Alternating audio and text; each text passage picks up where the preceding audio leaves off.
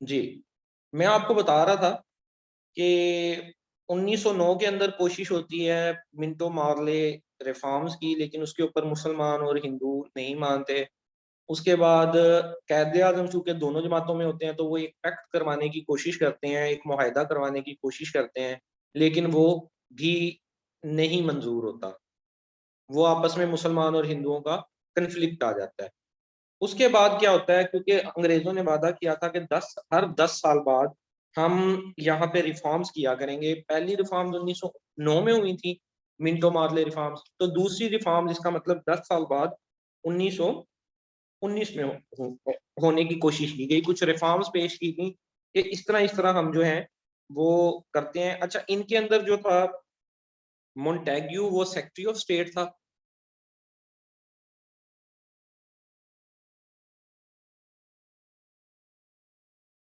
No voice. Voice Shahnawaz को voice नहीं आ रही, बाकी भी मेरी वॉइस किसको नहीं आ रही? मैं अकेला बोल रहा हूँ।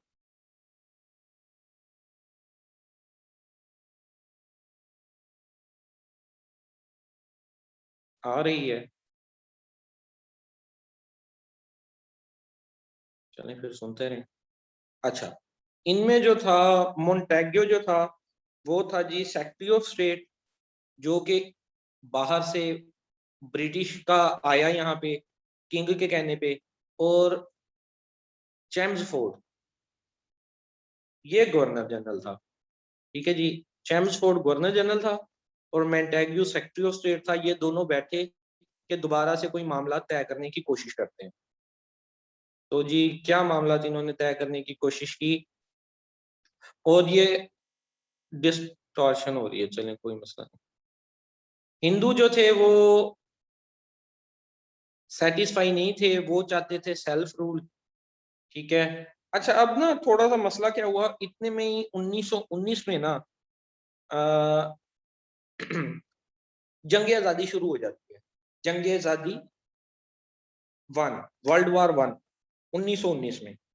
यहाँ से फौजियों को भेजना शुरू कर देते हैं ब्रिटिश लोग। जो ब्रिटिश है वो एक तरफ थे, और जो है जर्मनी इनके मुखालिफ था।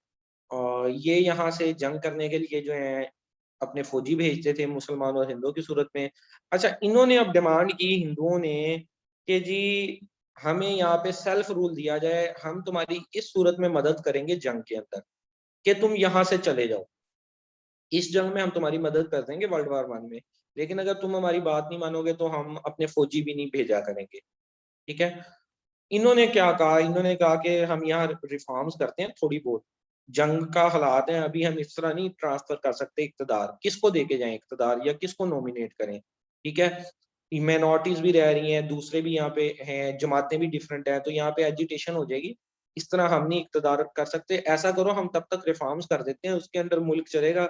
जैसे ही जंग आजादी खत्म होती है तो हम इक्तदार ट्रांसफर करके चले जाएंगे यहाँ से, बल्कि ट्रांसफर करके नहीं जाएंगे, यहाँ इक्तदार किसी को दे देंगे और डोमिनियन स्टेटस बना देंगे, मतलब रूल तो वही करेंगे। आ, हाँ, 1914 से 1919, हाँ जी सॉरी, 1914 से 1919 ठीक हो गया वर्ल्ड वार वन। अच्छा, इसके अंदर जब वर्ल्ड वार, हाँ बल्कि यूं ही हुआ कि इन्होंने सारी इनकी हेल्प की ना, बल्कि जो थे अपना हिंदू और मुसलमानों के जो फौजी थे उन्होंने हेल्प की वर्ल्ड वार वन में 1914 से 1919 के दरमियान। बिल्कुल हेल्प की अंग्रेजों की, लेकिन अंग्रेजों ने इक्तदार नहीं सौंपा। उन्होंने बल्कि उसकी जगह ये रिफॉर्म इंट्रोड्यूस करवा दी गवर्नर जनरल चेम्सफोर्ड और सेक्रेटरी ऑफ स्टेट एडविन मोंटेग्यो के अंडर। ठीक है। और इन्होंने एक सिस्टम मुतारफ कराया जिसको कहते हैं डियारची सिस्टम।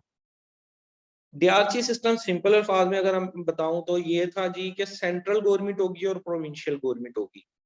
कि एक सेंट्रल फेडरल गवर्नमेंट जो पाकिस्तान में निजाम चल रहा है, आप समझ लें वो डीआरसी सिस्टम ही है कि एक फेडरल गवर्नमेंट होती है और उसके अंडर प्रोविंशियल गवर्नमेंट्स होती हैं। तो इस तरह बस आप इतनी डिटेल में ना भी जाएंगे कितनी सीटें थी या क्या कुछ था, सिर्फ ये याद कर लें कि डीआरसी सिस्टम कौन सी रिफॉर्म्स में इंट्रोड्यूस कराया गया, 1919 की रिफॉर्म्स में। ठीक है। और मुसलमानों ने अपने सेपरेट इलेक्टोरेट का मुतालबा किसमें किया? पहली रिफॉर्म्स में। ये एमसीक्यू मतलब यूं आ जाता है, 1909 की रिफॉर्म्स में मुसलमानों ने अपने सेपरेट इलेक्टोरेट का मुतालबा किया, जो 1906 में किया था मुस्लिम लीग ने, लेकिन उसको थोड़ा सा एक्सेप्ट किया, सुना गया इनकी तरफ से 1909 में, और डियार्ची सिस्टम इंट्रोड्यूस कराया गया 1919 में। अच्छा, इसको नहीं माना, इसको भी नहीं माना मुसलमान और हिंदू दोनों ने, बायकॉट कर दिया गया इसका भी। 1909 वाली भी नहीं मानी गई और 1919 वाली भी नहीं मानी गई। अच्छा, इतने में जो एक एक्ट पास हुआ जिसको कहते हैं रॉलेट एक्ट 1919। रॉलेट एक्ट क्या था? अब चूंकि अंग्रेज फंसा हुआ था जंगी मामलात में, वो उधर की सेटलमेंट्स भी चल रही थी, तो उसको ये फील हुआ अंग्रेज को कि मुसलमान और हिंदू के ऊपर हमारा कंट्रोल नहीं, तो ये मिल बैठ के साजिशें करते हैं हमारे खिलाफ। तो उन्होंने एक कमेटी बनाई जिसका जो था चेयरमैन, उसका नाम था सिडनी रोवाल्ट, वो एक जज था। उसने ये फैसला किया कि एक कानून पास कर दिया कि बगैर किसी वजह के अंग्रेज की गवर्नमेंट, अंग्रेज के सिपाही किसी भी मुसलमान और किसी भी हिंदू को गिरफ्तार कर सकते हैं। अच्छा, अब जब ये बात आई, कैद आजम जो थे वो एक कॉन्स्टिट्यूशनल आदमी थे, वो हमेशा असूल की बात करते थे, वो कहते थे कानून की बात हमेशा। इस वक्त कैद आजम 1919 तक 3 जगह पे मेंबर थे। कैद आजम कांग्रेस का भी हिस्सा थे, मुस्लिम लीग का भी हिस्सा थे, और एक एम्पीरियल काउंसिल होती थी, ये अंग्रेजों की जो है ना, अंग्रेजों की आप लगा लें कि हाई लेवल की जो कैबिनेट है मिनिस्टर्स वगैरह की, उसका भी हिस्सा थे। कैद आजम ने जब ये रॉलेट एक्ट के बारे में सुना ना, तो एम्पीरियल काउंसिल से कैद आजम ने रिजाइन कर दिया। ठीक है, ये देखें वही बातें लिखी हुई है कि ब्रिटिश गवर्नमेंट जो है वो परेशान थी सीक्रेट एक्टिविटीज की वजह से इंडियन लीडर्स की। उन्होंने एक कमेटी बनाई जस्टिस सिडनी रिवाल्ट के अंडर, और एक बिल पास हो गया जिसे कहते हैं रॉलेट एक्ट। उस एक्ट के अंदर क्या था कि बगैर किसी कोर्ट के अंदर गए या कुछ किए, अब अंग्रेज लोग मुसलमानों और हिंदुओं को गिरफ्तार कर सकते हैं बगैर किसी वजह के। तो कैद आजम ने इस बात पे रिजाइन कर दिया इंपीरियल काउंसिल से। ये बल्कि एक एग्जाम में, शायद बल्कि पीएमएस के एग्जाम में आया भी था कि कैद आजम ने क्यों रिजाइन किया था इंपीरियल काउंसिल से। तो वो किया था जी रॉलेट एक्ट की वजह से, कि कैद आजम कहते थे कि ये अनकॉन्स्टिट्यूशनल है, ऐसे कैसे हो सकता है, एक बंदे पे कोई भी चार्ज नहीं है और आप किसी भी वजह से उसको गिरफ्तार कर लो। अच्छा, थोड़ी सी स्पीड पकड़ें, लेक्चर तो काफी पड़ा है अभी। अच्छा, दूसरा मैसेकर ऑफ जलियांवाला 1919 में हुआ। ये थोड़ा सा मतलब, वैसे आपने इसकी सिर्फ डेटें याद रखनी है, हल्की सी जो है वो जो इसके पीछे कहानी क्या है उसकी वजह से थोड़ा सा ये है कि शायद याद रह जाए या इंटरेस्टिंग हो जाता है ये। आप जस्ट याद रख लें डेट्स, वो भी काफी है कि 1919 में ये 3-4 वाकयात हो गए हैं ना। अच्छा, इसको मैसेकर ऑफ जलियांवाला क्या था? इसको अमृतसर ट्रेजेडी भी कहते हैं, कि जब अंग्रेज ने रॉलेट एक्ट का ऐलान किया तो एजिटेशन हुई, सारे इकट्ठे हुए, मुसलमान इकट्ठे हुए जलियांवाला बाग में।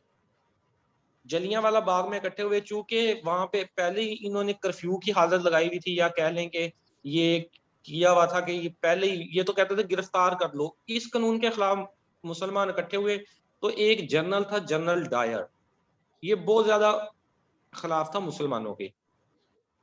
ये पूरी अपनी बटालियन के साथ आया और जितने वहां लोग खड़े थे उनके ऊपर फायर खोल दिया इसने, और उसके नतीजे में 379 पीपल जो हैं वो शहीद हो गए। इसको मैसेकर ऑफ जलियांवाला कहा जाता है, 1919। अच्छा, 1919 के अंदर ही एक और काम शुरू हुआ। 1919 में ही एक और काम शुरू हुआ, वो क्या था जी? खिलाफत मूवमेंट शुरू हो गई थी, और ये 1919 से लेकर 1924 तक चली। अच्छा, मुसलमानों ने तो साथ दिया था ब्रिटिश का। ब्रिटिश, ये बड़ी लंबी गेम है कि वर्ल्ड वार 1 के जो हैं फैक्टर्स क्या क्या थे और कौन किसके साथ था। सिंपल ये समझ लें कि तुर्की, जहां हमारा आखिरी खलीफा, ये इस्लामियात में खिलाफत का मैं आपको डिटेल्स भी बताऊंगा, मैंने बताया था। हमारा जो पहले खलीफा थे हजरत अबू बकर सिद्दीक रज़ी अल्लाह तआला अन्हु थे, हजरत मोहम्मद सल्लल्लाहु अलैहि वसल्लम के बाद से खलीफा आना शुरू हुए ना, और जो आखिरी खलीफा थे वो था अब्दुल मजीद 5। अच्छा, वो खत्म कैसे हुआ? वो ऐसे खत्म हुआ कि तुर्की ने जर्मनी का साथ दिया था। जर्मनी बेसिकली लड़ रहा था फ्रांस से, और डिफरेंट असल लड़ाई जर्मनी और फ्रांस की थी आपस में। वर्ल्ड वार वन जो थी, सिंपल अल्फाज में ऐसे समझ लें, जर्मनी और फ्रांस, जैसे इंडिया और पाकिस्तान है ना, ऐसे जर्मनी और फ्रांस भी है, दोनों का बॉर्डर सेम है, इकट्ठे हैं। लड़ाई इन दोनों की हो रही है, लेकिन इन दोनों के साथ ग्रुपिंग बन गई ना। वर्ल्ड वार इसीलिए कहा जाता है कि दुनिया तकरीबन सारी शामिल हो गई थी। तो इस वार में ना जर्मनी का साथ दे दिया तुर्की ने, बाकी सारे अमेरिका, बरतानिया, फ्रांस ये एक तरफ थे। अब जर्मनी वार गया हार, जर्मनी हारा तो एक किस्म का तुर्की भी हार गया। हमारी जो खिलाफत चल रही थी, खिलाफत उस्मानिया, जो हम ड्रामा भी चल रहा है उसमें भी देखते हैं, खिलाफत उस्मानिया जो चल रही थी, हमारा जो खलीफा थे वो चुके थे तुर्की से। इस वक्त तुर्की को जब खत्म किया तो मुसलमानों ने जंग में जरूर हिस्सा लिया, लेकिन मुसलमानों ने ये कहते थे, जो मौजूद थे अंग्रेज, कि तुमने दो तीन चीजें नहीं करनी। एक तो हमारा खलीफा नहीं खत्म करना, क्योंकि इवन के मुगल बादशाह भी ना खलीफा के कहने पे चलते थे। खलीफा जो ऑर्डर दे देता था तुर्की में बैठ के, वो पूरी दुनिया पे नाफज हो जाता था। यहाँ हमारे मुगल बादशाह भी जो हैं उसको अपना समझते थे कि ये रिलीजियस अथॉरिटी है। तो ये सेंटिमेंट्स को बहुत नुकसान पहुंचा। ब्रिटिश ने वार लड़ने के बाद क्या किया, तुर्की को डिसमेंटल कर दिया। तुर्की जो पूरी एक, आप समझ लें कि खिलाफत थी, उसको तकसीम कर दिया। मुसलमान को इस चीज पे बहुत ज्यादा थी, तो उसके नतीजे में खिलाफत मूवमेंट शुरू। ये देखें, वही इधर लिखा भी हुआ है कि वर्ल्ड वार वन के बाद तुर्क खिलाफत को खत्म कर दिया गया। इसकी वजह से मुसलमान के जज्बात बहुत ज्यादा भड़के। उन्होंने एक मूवमेंट शुरू की जिसका नाम था खिलाफत मूवमेंट। खिलाफत मूवमेंट के अंदर दो तीन और भी हिस्से थे। हिजरत मूवमेंट, मुसलमानों ने गलती करना शुरू कर दी, इन्होंने यूनाइटेड इंडिया छोड़ के अफगानिस्तान की तरफ हिजरत शुरू कर दी। इसको कहते हैं हिजरत मूवमेंट। ये अपना अमन वॉइस म्यूट करना, किसी पार्टिसिपेंट की वॉइस जो है ना वो स्पीकर खुला हुआ है। ये इशरत का स्पीकर खुला है, इन्हें म्यूट कर दें अमन। जी सर, जस्ट अ मिनट अमन, हाँ सर, हो मैं गया। सर को म्यूट करता हूँ, एक मिनट सर। अच्छा, खिलाफत मूवमेंट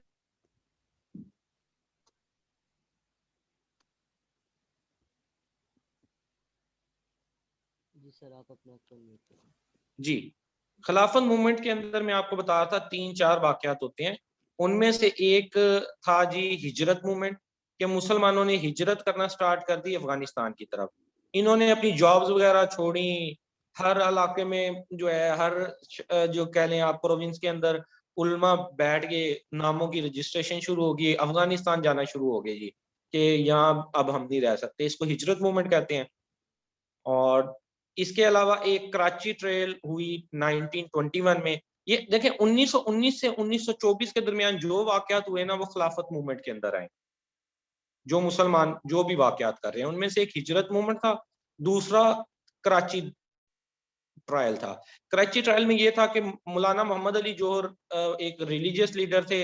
ये इन्होंने बड़ा अहम किरदार अदा किया था मुसलमानों की जो रिलीजियस थॉट्स हैं उसके अंदर। तो इन्होंने ये ऐलान कर दिया कि मुसलमान जो है ना, वो ना पुलिस में जॉब करेंगे, ना मिलिट्री में जॉब करेंगे। उन्होंने कहा कि ये हराम है। अब क्योंकि हम, वो कहते कि जो हमारी खिलाफत खत्म कर रहे हैं, हम उन्हीं का साथ दे रहे हैं, ये तो इस्लाम के सरासर खिलाफ है। तो इस नतीजे में इनको गिरफ्तार कर लिया गया, मौलाना मोहम्मद अली जौहर को। इस वाक्य को कहते हैं कराची ट्रायल 1921। वाकयात के मैं अब आपको सिर्फ नाम नाम थोड़े से गिनवाता जाता हूँ। अच्छा, इसी दरमियान में दो वाकयात और होते हैं जिसको कहते हैं मोपिला रिवोल्ट और चूरा चोरी इंसिडेंट। मोपिला रिवॉल्ट क्या थी? ये मदारस के इलाके में हुई थी। अरब लोग कुछ रहते थे अपना मालाबार डिस्ट्रिक्ट में, उनकी एथनिसिटी थी मोपिला, उनको मोपिला कहते थे।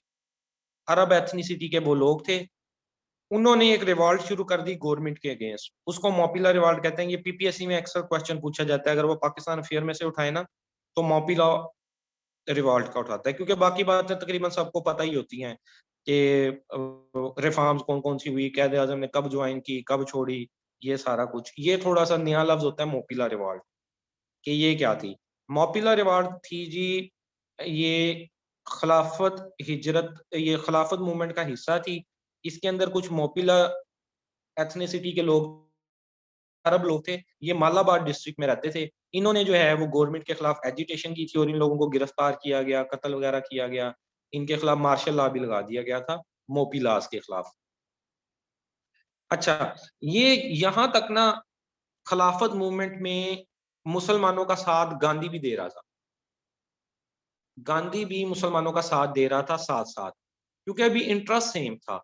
गांधी इन चक्रों में था कि किसी तरह इधर की ऐसी सिचुएशन कर दी जाए कि अंग्रेज के कि हम यहाँ से जाते हैं, ये मुल्क रादी तुम्हारे हाथों में। मुसलमान भी ये चाहते थे, लेकिन मुसलमानों का ये था कि ठीक है वो जाएं, लेकिन मुसलमानों को भी इक्तदार देके जाएं, कुछ सीटें मुसलमानों को भी देके जाएं। इस चीज का सारा चक्कर था। ये इस मूवमेंट में अभी तक 1921 तक, 1911 में शुरू हो रही है ना मूवमेंट, वर्ल्ड वार खत्म होने के बाद 1911 से गांधी भी साथ था। लेकिन 1922 में एक ऐसा वाकया हुआ जिसकी वजह से गांधी अलहदा हो गया इस मूवमेंट से। वो क्या वाकया था? वो चोरा चोरी का इंसिडेंट था। चूरा चोरी भी कहते हैं, चोरा चोरी भी इसको कह लेते हैं। ये 1922 में एक वाकया हुआ, गोरखपुर एक इलाका था, उधर पुलिस स्टेशन को आग लगा दी कुछ मुसलमानों ने मुश्तइल होके। अब देखें, एजिटेशन किसी शक्ल में तो आएगी ना, गुस्सा जो है वो किसी शक्ल में तो बाहर आएगा। आपकी वो बात नहीं मान रहे आप, और क्या करोगे। इन्होंने, जो उधर के मुसलमान थे, उन्होंने क्या किया, एक जेल थी गोरखपुर में, उसको आग लगा दी। उसको कहते हैं चोरा चोरी इंसिडेंट। उसमें काफी सारे जो थे पुलिस वाले, वो अंदर ही रह गए और वो जल के मर गए थे। इस वाक्य के बाद गांधी ने ऐलान किया कि मैं मजीद तुम्हारे इस खिलाफत मूवमेंट का मजीद मैं हिस्सा नहीं रहूंगा, और वो क्विट कर गया। अब जब वो क्विट कर गया, मुसलमानों का उसने यहाँ पे साथ छोड़ दिया, तो 80% तो हिंदू थे। तो मुसलमान फिर से एक दफा जो है बिल्कुल ही पसमानदगी का शिकार हो गए। एक तो मुसलमानों ने हिजरत, इसमें मैंने आपको जो है जो वाकयात बताए, वो मैंने कौन कौन से वाकयात बताए खिलाफत मूवमेंट के अंदर। एक तो था जी हिजरत मूवमेंट, मुसलमान ये जगह छोड़ के अफगानिस्तान जाना शुरू हो गए थे, नौकरियां शोकरियां छोड़ दी। उसके बाद कराची ट्रायल, कराची ट्रायल में मौलाना मोहम्मद अली जोहर ने ये ऐलान कर दिया कि मैं जो हूँ, ये जो सर्विस है पुलिस की या आर्मी की, ये हराम है। ठीक है, जिसके नतीजे में उनको नजरबंद कर दिया गया। तीसरा वाकया होता है मोपिला रिवॉल्ट, जो है मालाबार डिस्ट्रिक्ट में कुछ अरब लोग रहते हैं, उनको मोपिला कहते थे। उन्होंने बगावत की और उनको जो है उनके खिलाफ क्रैकडाउन किया गया ब्रिटिश की तरफ से। चौथा वाकया जो है वो होता है चोरा चोरी का इंसिडेंट 1922 में। ठीक है, 1922 में ये वाकया होता है, मुसलमान आग लगा देते हैं एक जो है पुलिस स्टेशन को, जिसकी वजह से गांधी मुसलमानों का साथ छोड़ जाता है 1922 में। 2 साल मूवमेंट और चलती रहती है, लेकिन अब बहुत ज्यादा धीमी धीमी होकर चलती है, क्योंकि हिंदुओं ने साथ छोड़ दिया था। मुस्लिम सिर्फ 20% थे। मुस्लिम अपने अपनी जॉब्स भी छोड़ दी थी, अपने पाँव पे खुद कुल्हाड़ी मार ली थी। ठीक है, तो 1924 में फाइनली खलीफा अब्दुल मजीद फाइव को उसको हटाया गया।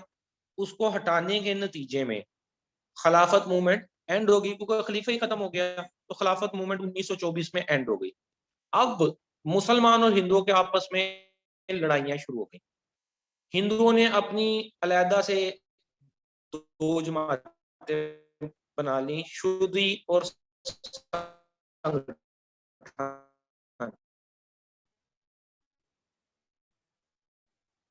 2 जमातें बना ली, शुदी और संगठन। ठीक है, और अब बहुत ज्यादा हालात खराब होना शुरू हो गए। अच्छा, इसी के अंदर मैंने आप लोगों को बताया था कि कितने साल बाद अंग्रेजों ने कहा था कि कानून बना करेगा, हर 10 साल बाद। तो कानून 3 बनने चाहिए, 1909 में, एक 1919 में, एक 1929 में। हुआ हाल ज्यादा खराब हो गई कि इन्हें उससे पहले ही अंग्रेजों को करना पड़ा जो है बनाना था दिल्ली के मुकाम पे। अच्छा, इससे पहले कब कोशिश की थी कैद आजम ने, और उसको क्या कहते हैं, इसी लेक्चर में मैंने आपको बताया। ये दूसरी बार हम कैद आजम कोशिश कर रहे हैं। कैद आजम ने 2 कोशिशें की। एक की थी जी 1916 में लखनऊ पैक्ट में। कैद आजम ने कोशिश की कि मुसलमान और हिंदू करीब आ जाएं।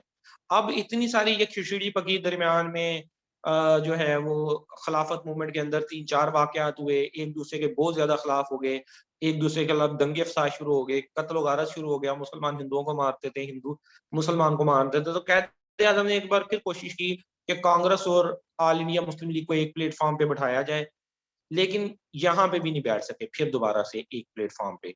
लेकिन इस नतीजे में कैद आजम को खिताब दिया गया ambassador of Hindu Muslim unity, कि ये सफीर हैं हिंदू और मुसलमानों के इत्तेहाद के।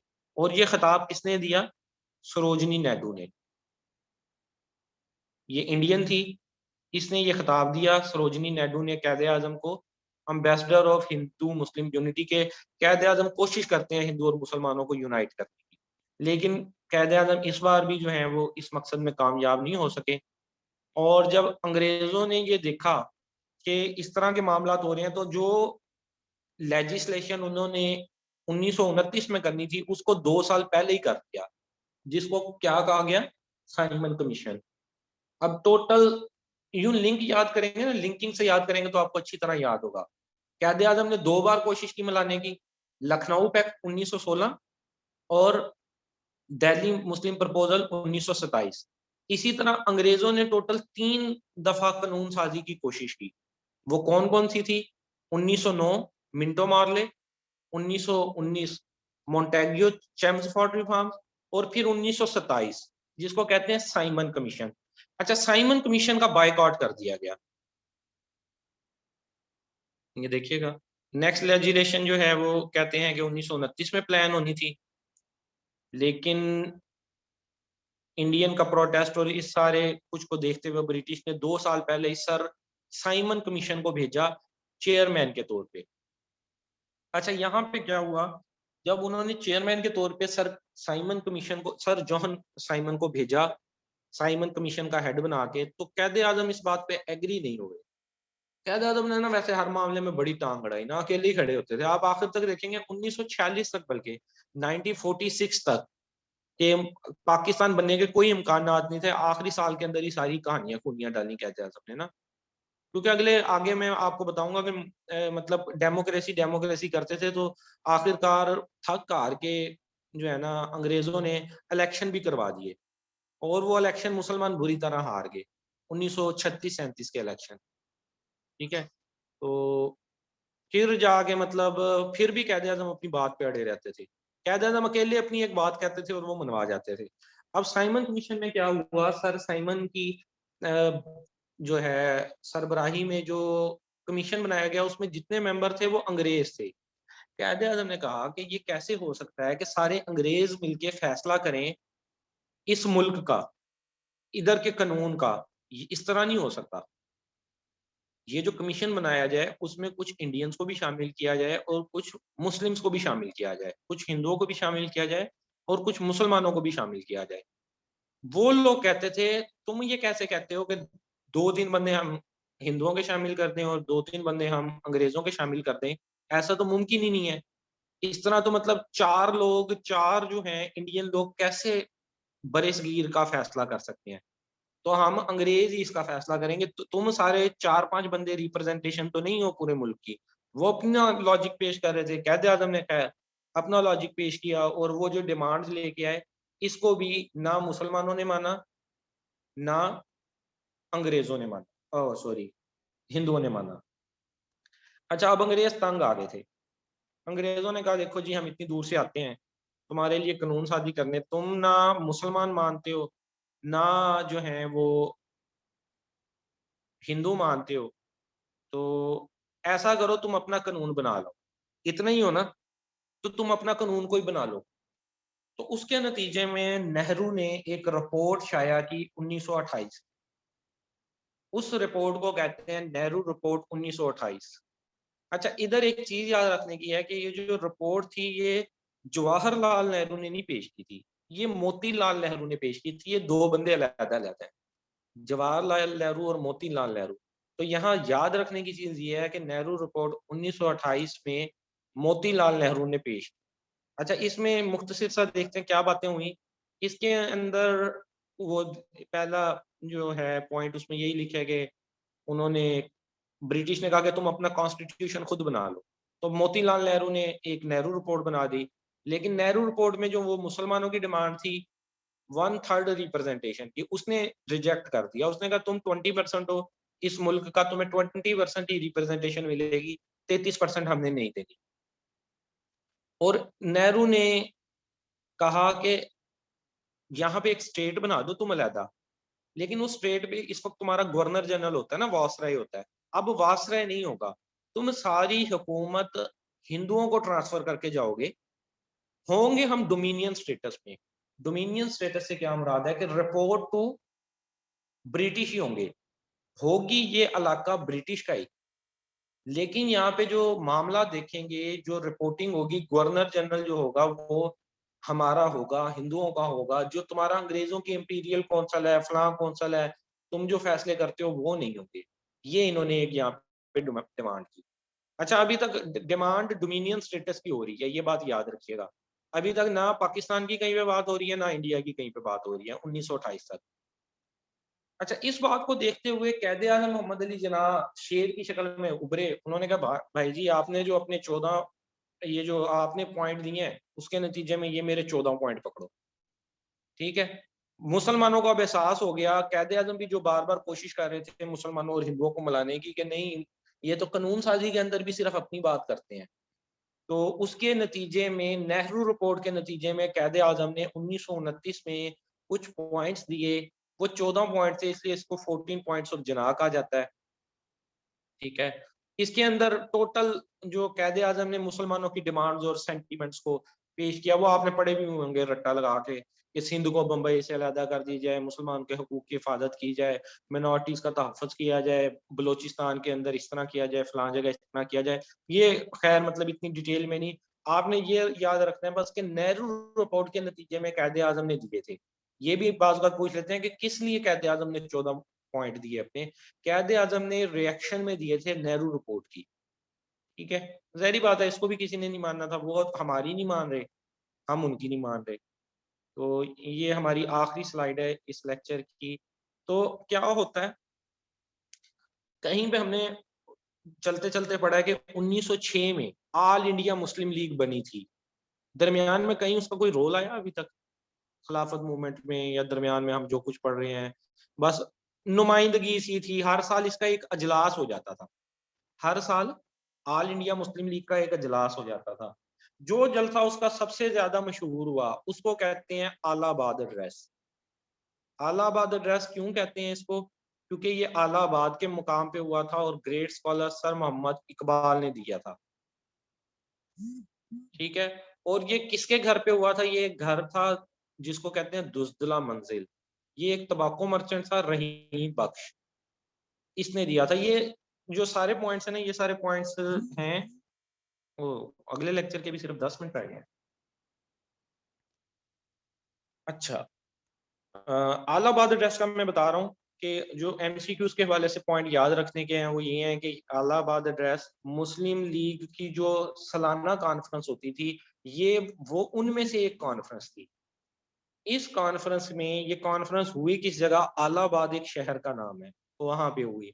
और उस आलाबाद शहर में एक घर है जिसका नाम है दुजदला मंजिल। और वो घर किसका है? एक तबक्को मर्चेंट था, बिजनेसमैन था, रहीम बख्श, उसके घर पे ये हुई थी। अच्छा, इसके बारे में, इसकी अहमियत क्या है इस आलाबाद एड्रेस की? अभी तक मैंने आप लोगों को बताया कि कहीं भी ये बात नहीं हुई कि अलहदा स्टेट की, अलहदा स्टेट की पाकिस्तान की तरफ से कहीं पे बात नहीं हुई। अभी तक डिमांड की अलहदा स्टेट की सिर्फ और सिर्फ हिंदुओं ने अपने जो है नेहरू रिपोर्ट में। मुसलमानों ने तो सिर्फ ये कहते थे बेचारे कि हमें 33% रिप्रेजेंटेशन दे दो और सेपरेट इलेक्टोरेट दे दो, यही हमारी दो डिमांडें हैं। लेकिन अब चूंकि वो छोटी दो डिमांडें नहीं मानी गई, तो उसके नतीजे में बड़ी डिमांड सामने आई। वो बड़ी डिमांड क्या थी? अल्लामा इकबाल ने इस एड्रेस में, अपने अलाहाबाद एड्रेस में खुल-खला के बातें की। इन्होंने कहा, क्योंकि ये मशरिक ये मगरिब का इलाका, ये यूरोप वगैरह सारा फिर आए थे, इनकी पीएचडी भी जर्मनी से थी, तो म्यूनिच यूनिवर्सिटी से इनकी पीएचडी थी, मेटाफिजिक्स में थी। तो वो ये सारा कुछ देख आए थे, इनको पता चल गया था यूरोपियन निज़ाम जो डेमोक्रेसी, वुमेन राइट्स और इन चीज़ों की बात करता है, ये दरमियान में खोखला है। सोशलाइज़ेशन नहीं है लोगों के दरमियान, बाहमी जज़्बात नहीं है, सिर्फ़ रुपए पैसे की दौड़ है। तो ह मुसलमानों का जो कल्चर है वो अलग है। मुसलमानों का जो कांसेप्ट है वो वेलफेयर स्टेट का कांसेप्ट है। ऐसी स्टेट जहाँ पे सारे मिलके रह रहे हो, कैपिटलिज्म ना हो।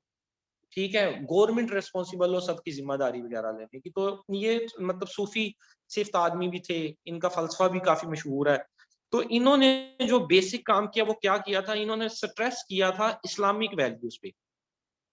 इस्लामिक वैल्यूज़ पे इन्होंने कहा कि मुसलमान और हिंदू 2 अलग-अलग कौमें हैं, ये कभी भी एक साथ नहीं रह सकते।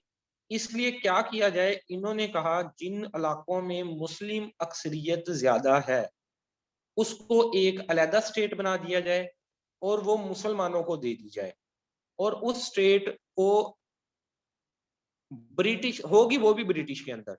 इन्होंने अभी तक इन्होंने भी ये नहीं कहा कि हमें कोई अलहदा मुल्क दें और उसपे हम, जैसे पाकिस्तान है, हम ब्रिटिश के अंडर तो नहीं है बज़ाहिर। तो इन्होंने कहा कि जिन इलाकों में ज़्यादा मुसलमान रहते हैं, वो मैं आपको बताता हूँ कौन-कौन से इलाके थे।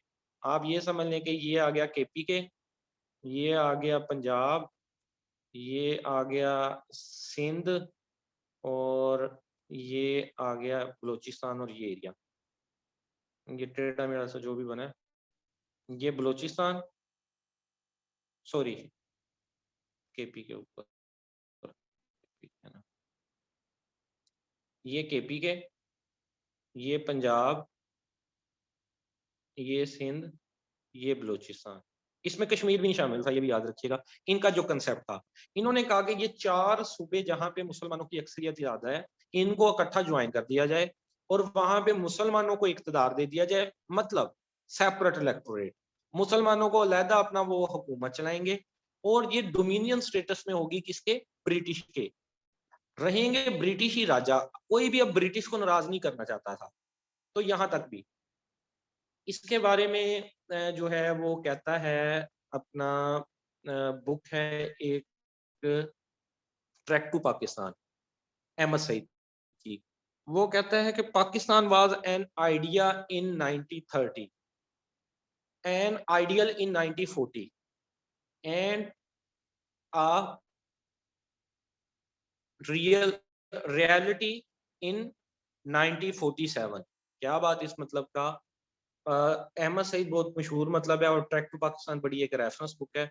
उसके अंदर वो कहता है कि पाकिस्तान 1930 में जस्ट एक आइडिया था, जो कि अल्लामा इकबाल का आइडिया था। इकबाल ने एक आइडिया दिया कि इस तरह 4 जो सूबे हैं जिनमें ज़्यादा मिकदार में मुसलमान रहते हैं, ज़्यादा तादाद में, उनको एक अलहदा सूबा कर दिया जाए मुसलमानों को, और वो इस्लामिक गवर्नमेंट हो लेकिन हो ब्रिटिश के अंदर। तो ये एक आइडिया था 1930 में, आइडियल बन गया 1940 में। ये वैसे ना इलाहाबाद में सिर्फ 500 लोग थे। इसमें ना सिर्फ आधा खुतबा छोड़ के ही चले गए थे, जो है ना डिसहार्ट होके कि मुसलमान तो इकट्ठे नहीं हो रहे। इसलिए जस्ट एक आइडिया था 1930 के खिताब पे। आइडियल मान थे 1 लाख, जो कायदे-आज़म का 23 मार्च 1947 वाला, वो 23 मार्च 1940 वाला, उसमें 1 लाख मुसलमान था, वो जो पार्क में हुआ था। इसमें सिर्फ 500 मुसलमान थे। यहाँ तक भी इन्होंने तो एक प्रपोज़ कर दिया, एक आइडिया दे दिया 1930 में। उस आइडिया को आइडियल बना दिया गया 1940 में कायदे-आज़म ने, और 1947 में वो आइडिया रियलिटी की सूरत में सामने आ गया। जो असल कोशिश हुई है वो 1940 से 47 के दरमियान, और कल के लेक्चर के एक थोड़ा सा कंसेप्ट आ गया कि यार इस तरह भी कुछ हो सकता है कि मुसलमान और हिंदू से स्टार्ट करेंगे 1940 तक देखेंगे, मतलब कि इन सालों में क्या हुआ। मुख्तसर अगर आपको बताऊं तो 1930 के बाद कुछ राउंड टेबल कॉन्फ्रेंसेस होती हैं और एक इलेक्शन होता है, देखने कि मुसलमान अपने पास रख लें हिंदू, लेकिन ओवरऑल ऊपर जो कैबिनेट बनेगी ना वो एक ही होनी चाहिए। जो मुस्लिम लीग थी वो कहती थी नहीं, अब हमें अलहदा मुल्की चाहिए, तो मुसलमान भी दो हिस्सों में डिवाइड थे। इन डिवीजन के साथ 1935 के इलेक्शन होते हैं। 1935 में एक एक्ट बनता है जिसे इंडियन एक्ट 1935 कहते हैं। उसके नतीजे में उन रूल्स के मुताबिक इलेक्शंस होते हैं 1936-37 में। वो जब इलेक्शंस होते हैं तो मुसलमान बुरी तरह हार जाते हैं। उसके बाद कांग्रेस का रूल आता है, वो मुसलमान पे बहुत ज्यादा होता है। उसमें 1 लाख मुसलमान था, उसको आलाबाद एड्रेस कहते हैं। उसमें सिर्फ और सिर्फ 500 लोग होते हैं। और 10 साल बाद जब 1940 में वो एड्रेस होता है तो हम मुसलमानों को पता चल जाता है कि ये ना भाई इकट्ठे तो हम रह ही नहीं सकते। तो ये था 2 लेक्चर हो गए हैं आज का वेटनी वाला, फिर अभी जो है ना वो स्किप करते हैं क्योंकि आज जो है नहीं हो सकेगा, ये काफी लंबा चला गया। इसको मैं पाकिस्तान अफेयर्स वाले लेक्चर को थोड़ा सा इन द शॉर्ट करूंगा, आपको जस्ट डेट और वो बता दिया करूंगा। ये काफी लंबा चला जाता है, तो पहले हम बल्कि वेटरनरी साइंस के अंदर पहले रख लिया करेंगे लेक्चर जो है ना। बल्कि ये भी ठीक है, आज 4 लेक्चर कंप्लीट हो गए हैं।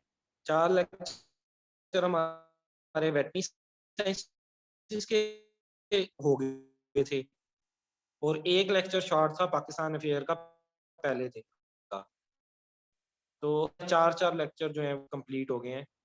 तो की क्लास पहले रहना है, कुछ जो इम्पोर्ट हो गई, रेबिज हो गई और बेस्ट हो गई एक्वाइन की। तो अभी के लिए जो है वो फिर अल्लाह हाफिज। अच्छा, जो क्वेश्चंस वगैरह आपके हो ना दोनों